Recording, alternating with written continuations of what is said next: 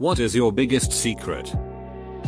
I have no idea what I'm doing and I'm only going through the motions so I don't disappoint my parents and girlfriend. When I was 15, I snuck out in my mom's van to see a girl for sexy times and sideswiped another car while driving.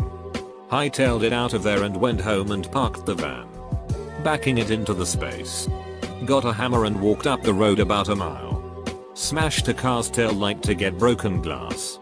And took it back and strategically tossed it near the new crime scene. Mom woke up, saw the damage and called the police. Hit and run was their verdict. Probably the crazy neighbors across the street, they said. My mom kept a lookout for a wrecked car coming to visit them for almost a year. People think I'm a happy guy. I actually hate everything about myself. Ugh. This is me right now. People say that I am a funny guy who always has a smile on his face. I am very self-conscious. It takes me a long time of being friends with somebody before I am sure they aren't friendly to my face and trashing me behind my back. I'm making jokes because maybe when they're laughing at something I said they aren't thinking negatively of me. My mom paid $68,000 college education in hopes that I'd find a good job after college.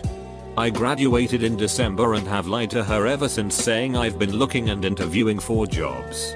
Instead, I made a website and have been spending my time drawing customized big dig art for people. Edit, for the sake of my inbox. The site is itidica.com. Thank you all for your support in my wet dreams. If I wasn't so worried about hurting someone else, I'd drive into oncoming traffic tonight. Please don't. I don't know you, but it would still be a loss to the world. That's the blessing and the curse of it all. I want to so badly, but I know I'd never work up the nerve to do it. I work hard and have been promoted twice. People think I am a good worker and love my job. But the truth is I would quit in a heartbeat if I had enough money to survive. I hate my job and I hate working in general. I work hard out of paranoia and constant fear of losing my job. My goal in life is not to work my life away and I am failing. I'm a raging alcoholic. I've given up all other drugs, but I can't seem to give up booze. I'm drunk right now and it's not even 3 PM on a Tuesday. I've been really good at hiding it, but I think my fiancé is starting to get suspicious. Dude, go to AA. I know it's scary, but if your fiancé is important to you, do it for her. I really need to. But I'm a little scared to go to the first one. I have some massive social anxiety and I don't really know how to talk to people. Plus I don't really know what meeting is the one to go to. The website for my city district is kind of confusing. I don't want my lushas to show up at like a women's only meeting or something. Both my girlfriend and I are gay. We're about to open our relationship up because after 4 years of dating and joking about my homosexuality and her lesbianism, we're only now becoming honest enough with ourselves to talk about it. I'm terrified of losing her because I've never loved anyone like I love her. But neither of us are happy with our sex life. When I was 16 I got into a relationship with a 39-year-old who thought I was 18. He was heavily depressed so he wasn't working. He was just sort of surviving. And we'd spend nights together. At the time I didn't think it'd affect me in any negative way, but it did. It was ducked up. He told me if he ever healed himself it wasn't my fault. He was just too sad. We had great discussions though. We'd talk about life and big questions. He was more of a dad to me. With 6. After a year I just blocked him on everything and never heard of him again. I'm not sure how I feel about it now. I lost my virginity to him. But I can't tell that to people. No one will ever know. My family thinks I got a second internship when I actually quit it on the second day. I have been going to a fake internship for several months now. Where are you actually going during this time? Going places. Hiking. Shopping. Eating. Meeting friends. I always eat the orange peel and throw away the rest of the orange. Sounds like you need to go to how to eat an orange class. Throwaway account here. Well, to start this off, I'm a guy. My sister was getting married and I was one of the groomsmen. I went to the bachelor party with my soon-to-be brother-in-law and got so drunk that I ended up crashing at his place. He and I were pretty good friends and he knew I was gay and was always playfully teasing and borderline flirting. I didn't really think much of it because some guys, regardless of sexuality, do that for attention. Anyways, I was laying on the couch watching TV trying to fall asleep and he comes in and sits on the other end of the couch and puts my feet in his lap. We were talking and he just starts rubbing my leg. Well, long story short, I slept with my brother-in-law the day before he married my sister. I've regretted it every single day since then, but it's just one of those secrets I'm gonna have to take with me to the grave. People will call me crazy or insane since I'm only 21 and look like I should be going out a lot more. I just feel too old to go to raves, concerts, dating, etc. I just want to sit back and enjoy the silence instead of going out. I am the same. I'm 22/female outgoing but don't enjoy what people our age are enjoying.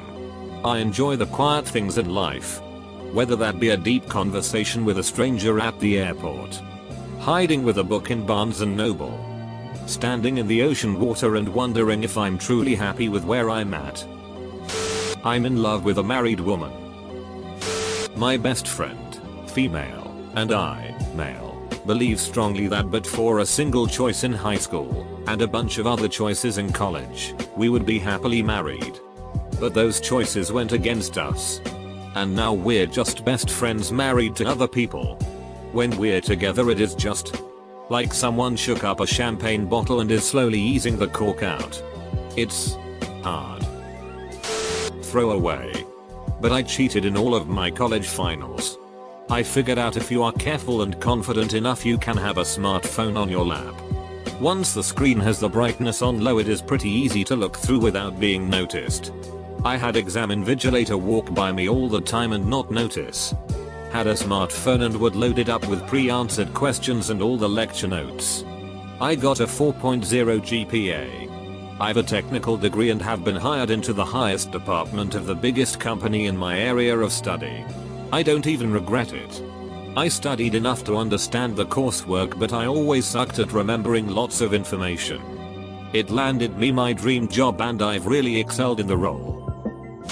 I'm about to be evicted and I haven't told my family because they all are struggling themselves. Oh god. I was in foreclosure. And the sheriff's sale for my house was 2 days away. I saved up some of my meds and was planning on telling my mom and asking her to take care of my cats. I just couldn't tell her till it was almost too late. We didn't have the money to stop it. Our family business was in the toilet. My mom was in debt.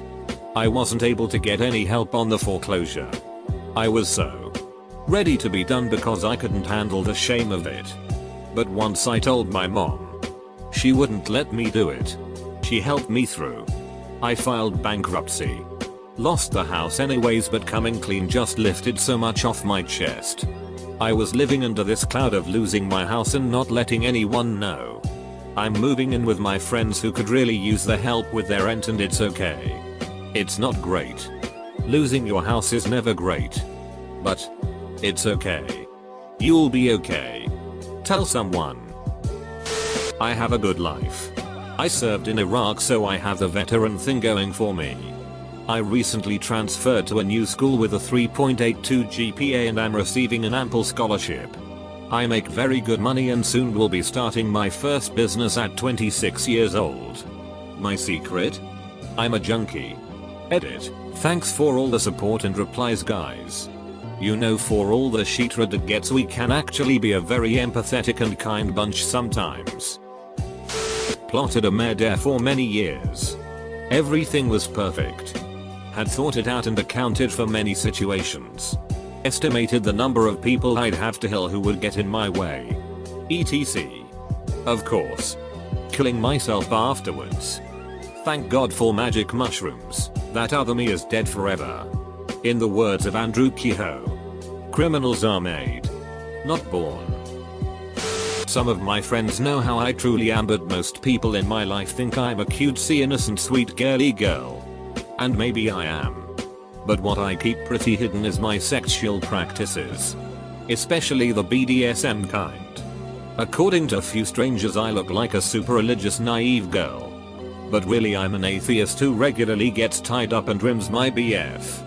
Gets stuck in the ass. And deep throats a big dig so deep and hard that my throat gets sore. So here's my secret. I am married with 2 children. My husband is away for work often. Right after I had our second child, my husband left for 2 weeks. I hadn't had any alcohol since finding out I was pregnant with our second child. After putting my children down, my oldest in his bed and the baby in his coliper.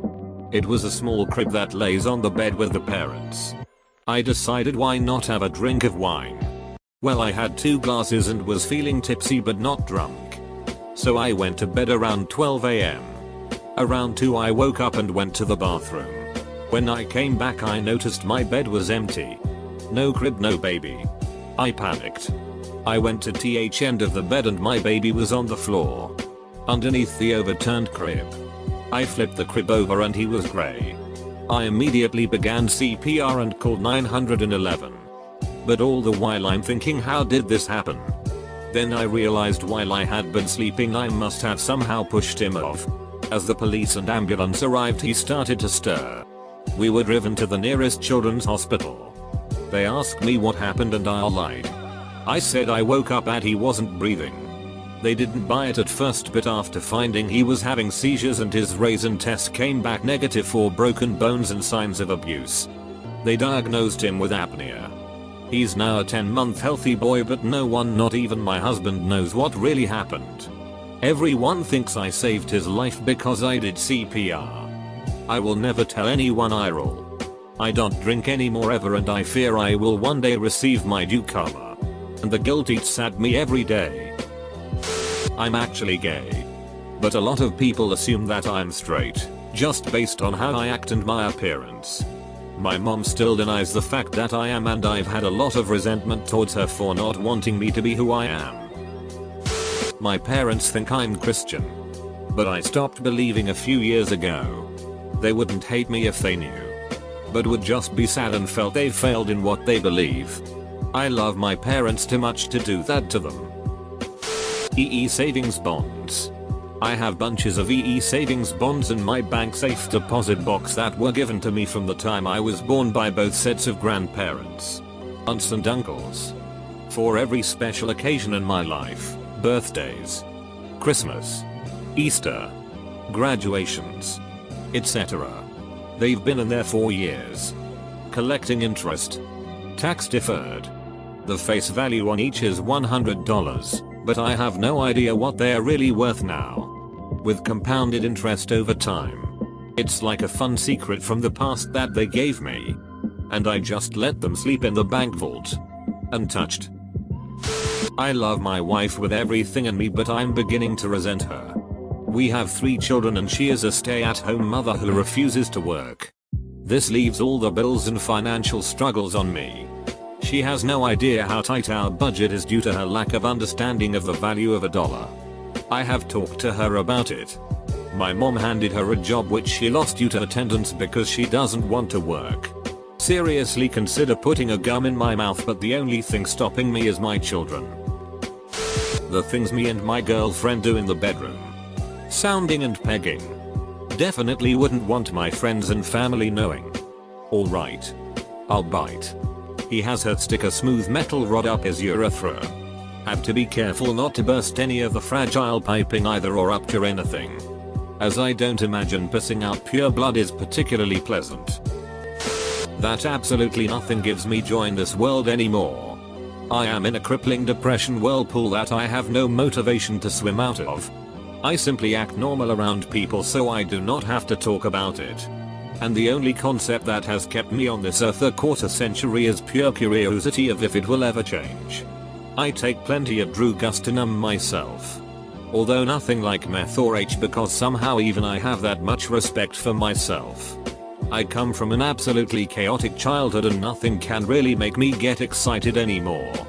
I'm a good looking guy and have had beautiful women come and go, and their love was the closest thing to anything warm my entire life. Everyone loves me and apparently everyone likes me for me. But if I were to ever say any of this to anyone, it would completely blow their mind. I also have Tourette's. So yay. My family are parasites. Simply dreadful people. They are emotionally and physically abusive to me exclusively. They stole my money and spent it on luxuries for themselves. I was blamed and victimized for any tiny thing. So when my grandmother died, who was the one good person among them, she left me an enormous amount of money that none of them knew and know about. I have no idea how much there is in total. I'm getting yearly installments of £25,000 until I turn 25. And then I get all that remains in a single lump. God only knows how much there is in total. But I've gotten £125,000 so far. I'm 21, and there is no ducking way those awful people are ever hearing about it. I'm 24. Have Parkinson's. And the only people that know are my mother, doctor, and therapist. None of my friends or family know. And it's getting worse every year. I think I was sexually abused when I was 8. I remember I was at my aunt's house. And my cousin and his friend came home from the bar. His friend got into bed with me. I remember my aunt walked in and there was a lot of screaming. She always made me sleep in her room when I stayed over after that. She died when I was 13. So I will never know what really happened.